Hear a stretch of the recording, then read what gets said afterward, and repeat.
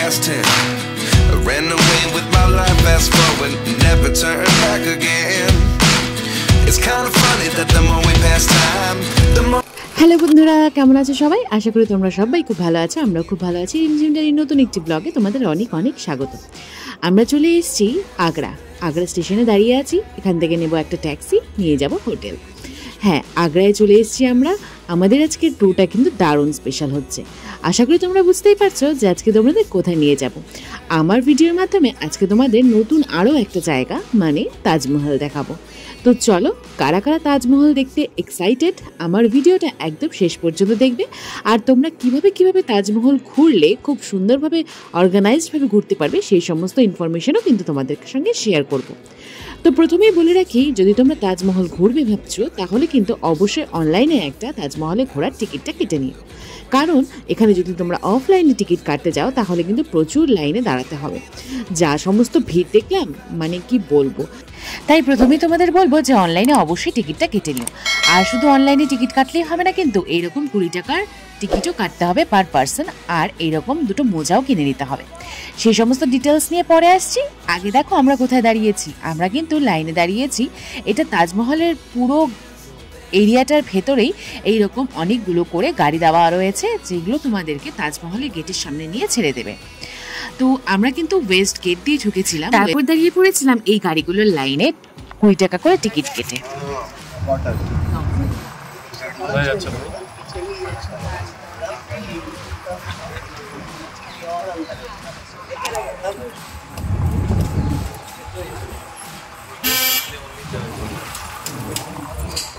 সেদিন আমি ছিলাম দারুণ এক্সাইটেড, কারণ আমাদের ভারতবর্ষের 7th ওয়ান্ডারের মধ্যে একটা ওয়ান্ডারকে দেখতে যাচ্ছিলাম।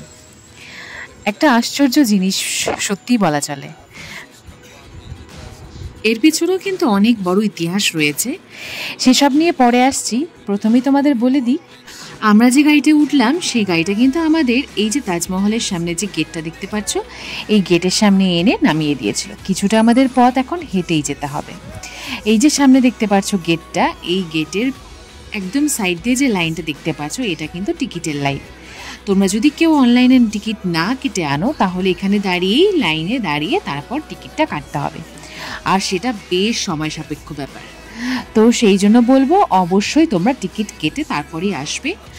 আমার ভিডিওতে কিন্তু স্ক্যানারটাও দেওয়া থাকবে, ডেসক্রিপশন বক্সটা তোমরা একবার চেক করে নিতে পারো। তো আমরা চলে যাচ্ছিলাম, আমাদের টিকিটটা চেকিং করে আমরা কিন্তু ভেতরে চলে যাব। আর সত্যি বলতে ভেতরে যাওয়ার আগে কিন্তু অনেক রকমের চেকিং রয়েছে। সাধারণ মানুষের সেফটির কথা মাথায় রেখে এখানে ব্যবস্থাটা কিন্তু বেশ কড়া। এখানে কিন্তু কোনো রকমের ওই ট্রাইপড বলো বা অন্য কোনো ইলেকট্রিক গ্যাজেটস এখানে নিয়ে যাওয়া সম্ভব নয়। তাছাড়াও ড্রোন ওড়ানো কিন্তু এখানে কড়াভাবে নিষিদ্ধ। তো এই জাস্ট আমরা কিন্তু এন্ট্রি গেটের সামনে দাঁড়িয়ে পড়েছি। এখানে চেকিং করে তারপর আমাদের ভেতরে প্রবেশ করার পারমিশন আমরা পাবো। তো এখানে প্রচুর কড়াভাবে এখানে চেকিং হয়।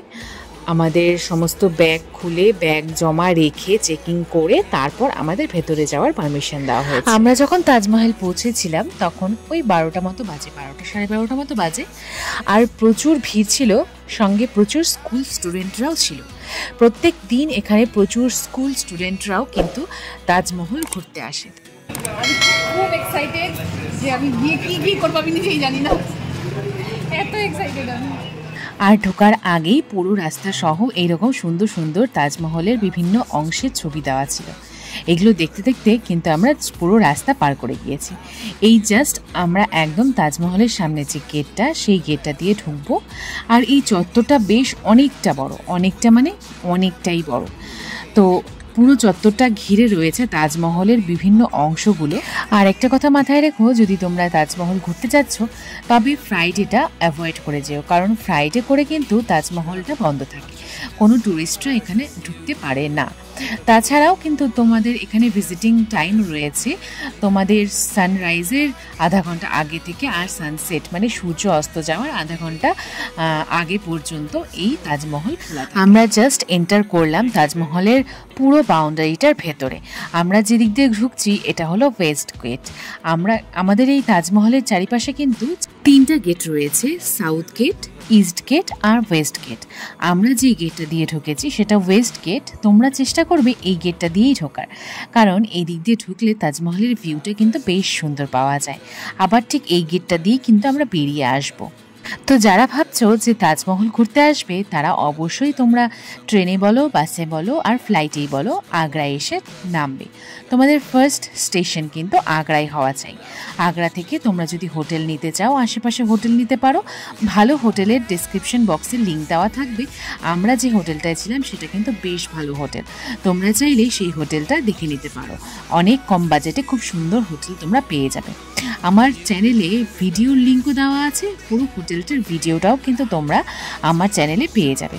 তো তোমরা যারা হোটেলে থাকছো, হোটেল নিয়ে ফ্রেশ হয়ে তোমরা চেষ্টা করবে একটু সকাল সকাল যদি বেরোতে পারো তাহলে তাজমহলটা কিন্তু বেশ ভালো করে তোমরা ঘুরতে পারবে। তো তারপর তোমরা ওয়েস্ট গেটে এসে নামবে গাড়িতে করে, বা ট্যাক্সি বা উবের বলো যেটাই বুক করছো, ওয়েস্ট গেটে নামবে। জাস্ট তাজমহলের ভেতরে ঢুকতেই কিন্তু অনেকেই অনেক গাইডের জন্য তোমাদেরকে অ্যাপ্রোচ করবে। তো তোমরা চেষ্টা করবে কোনো গাইড না নিয়েই যাওয়ার, কারণ তাজমহল সম্পর্কে টুকটাক কিন্তু আমরা সকলেই অল্প স্বল্প জানি। তো গাইডের তেমন একটা প্রয়োজন হয় না। তবুও তোমাদের যদি প্রয়োজন মনে হয় তোমরা গাইড নিতেই পারো। গাইড নিলে একটাই সুবিধে যে কোথায় কোন ইতিহাস লুকিয়ে রয়েছে সেগুলো তোমাদের সামনে পুরোটা তুলে ধরবে।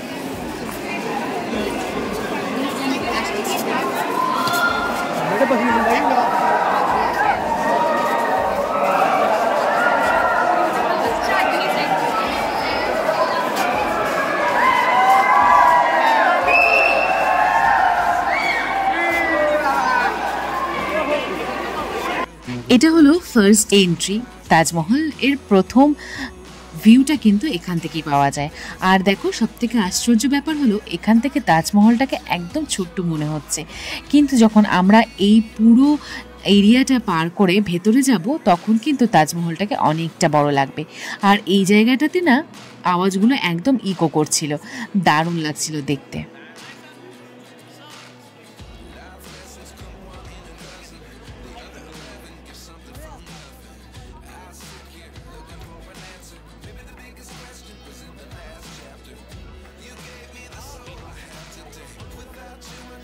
এত সুন্দর একটা জায়গায় এসে সবাই কিন্তু চেষ্টা করে প্রত্যেকটা মুহূর্তকে ক্যামেরা বন্দি করার।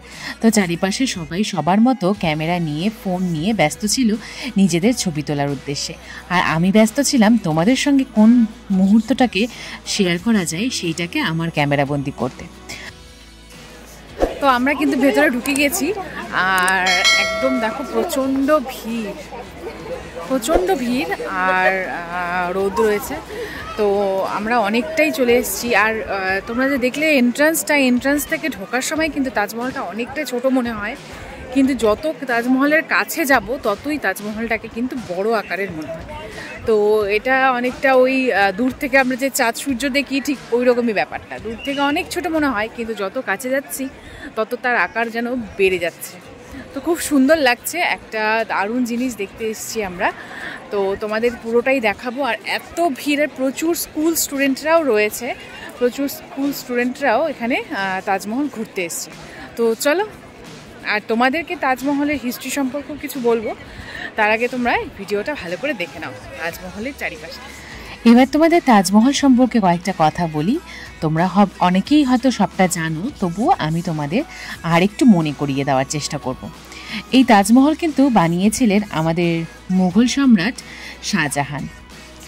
তার স্ত্রী আরজুমান্দ বানু বেগম, অর্থাৎ যিনি মুমতাজ নামে পরিচিত, তার স্মৃতিসৌধ হিসেবে এটি তিনি শুরু করেছিলেন নির্মাণ করা 1632 খ্রিস্টাব্দে। আর এই পুরো কনস্ট্রাকশনটা একদম কমপ্লিট হতে সময় লেগেছিল 22 বছর, মানে 1653 খ্রিস্টাব্দে এটা তৈরি হয়ে একদম রেডি হয়ে যায়। তো অনেকটা দিন সময় লেগেছিল এই তাজমহলকে তৈরি করতে। ভারতে উত্তরপ্রদেশের আগ্রায় অবস্থিত এই তাজমহল সেই সময়কার মুঘল সাম্রাজ্যের একটি বিশেষ নিদর্শন বলা যায়। তাছাড়া এই তাজমহল কিন্তু ভালোবাসার প্রতীক রূপেও পরিচিত। এছাড়াও এই তাজমহলের আরও একটি বিশেষ আকর্ষণ হলো এর চারিপাশে আবৃত এই সাদা মার্বেল। সাদা মার্বেল পাথরে মোড়ানো এই পুরো মহলটি কিন্তু সকলেরই দৃষ্টি আকর্ষণ করে থাকে। পুরো গম্বুজটা সাদা পর্দায় আবৃত।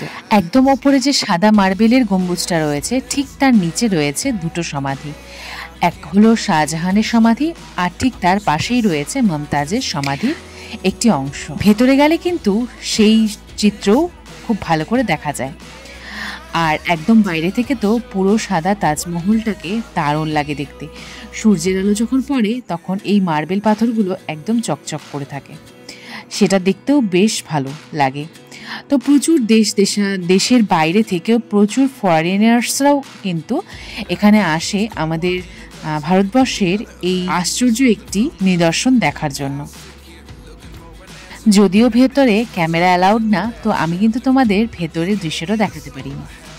তো যাই হোক, এই যে দেখছো সামনের রাস্তাটা, এই রাস্তাটা দিয়ে ওপরে উঠলেই কিন্তু আমরা তাজমহলের দিকে যেতে পারবো। আর ওপরে ওঠার জন্য তোমাদেরকে 200 টাকা পেড করতে হবে, কারণ তোমরা যে তাজমহলের এই পুরো এরিয়াটার ভেতরে ঢুকছো তার জন্য 50 টাকা করে পার পার্সনের টিকিট কাটতে হয়। আর যদি তোমরা তাজমহলের ভেতরে যেতে চাও তাহলে তোমাদের আলাদা করে আরও 200 টাকার টিকিট কাটতে হবে। চাইলে তোমরা অনলাইনে দুটো একসঙ্গেও কেটে নিতে পারো, অথবা এখানে এসে পরে যদি তাজমহলের ভেতরে ঢোকার টিকিটটা কাটতে চাও সেটাও কাটতে পারো। এখানেই ঠিক সামনে এখানে কাউন্টারও রয়েছে। আমি আমার স্ক্রিনে এই কাউন্টারের সামনেই যে স্ক্যানারের ফটো রয়েছে সেটা দিয়ে দেব। তোমরা কিন্তু এই স্ক্যানারটার ফটো তুলেও স্ক্যান করে তোমরা টিকিটটা কেটে নিতে পারবে, তাহলে বাড়িতে বসেই টিকিটটা কাটতে পারবে। এই যে দেখছো সামনে একদম বা সাইডের ঘরটা, এইটাই কিন্তু টিকিট কাউন্টার। তোমরা যদি কেউ টিকিট কাটতে ভুলে যাও তাহলে এখান থেকে 200 টাকা করে টিকিট কেটে তাজমহলের ভেতরে ঢুকতে হবে। তবে হ্যাঁ, আর একটা কথা মাথায় রাখতে হবে যে নিজেদের সঙ্গে একটা কিন্তু শু কভার নিয়ে আসতে হবে বাইরে থেকে। ওই 10 টাকা দিয়ে একজোড়া শু কভার তোমরা পেয়ে যাবে। এই যে স্ক্যানারটা দেখছো, এটা তোমরা স্ক্রিনশট নিয়ে রাখতে পারো। এই স্ক্যানারটা স্ক্যান করেই তোমরা কিন্তু পেমেন্ট করতে পারবে। তো যেটা বলছিলাম, শু কভার কিনে তারপরেই কিন্তু তোমরা তাজমহলের ভেতরে ঢুকতে পারবে।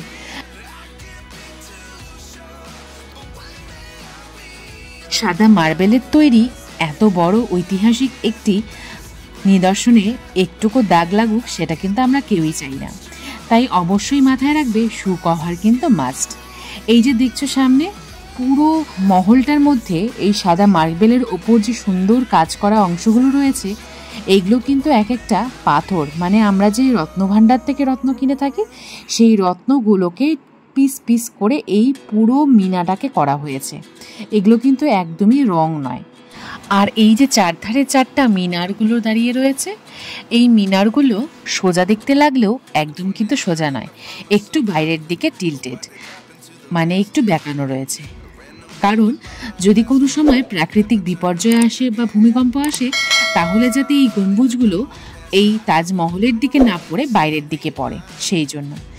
এই যে দেখো বাচ্চাগুলো, এই বাচ্চারা কিন্তু সমস্ত স্কুল স্টুডেন্ট, স্কুল থেকেই এই তাজমহল ঘুরতে এসেছে।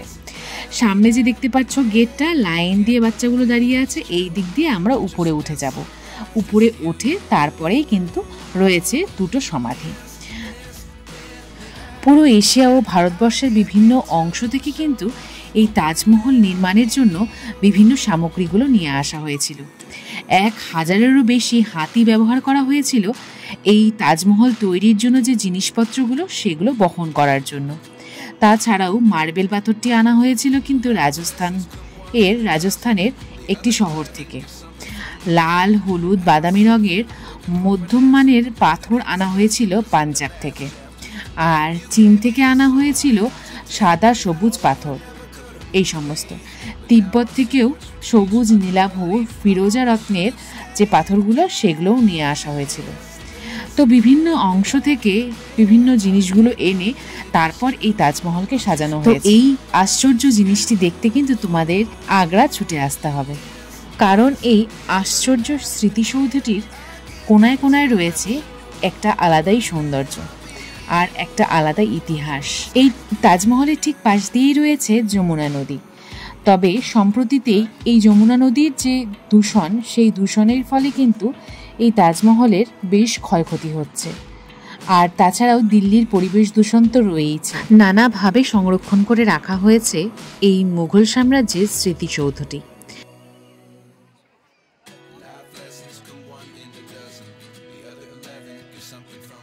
ইতিহাসে বলা হয় তাজমহলের এই নির্মাণ কাজ শেষ হতে না হতেই শাহজাহানকে তার ছেলে ঔরঙ্গজেব সেই সময় ক্ষমতাচ্যুত করে।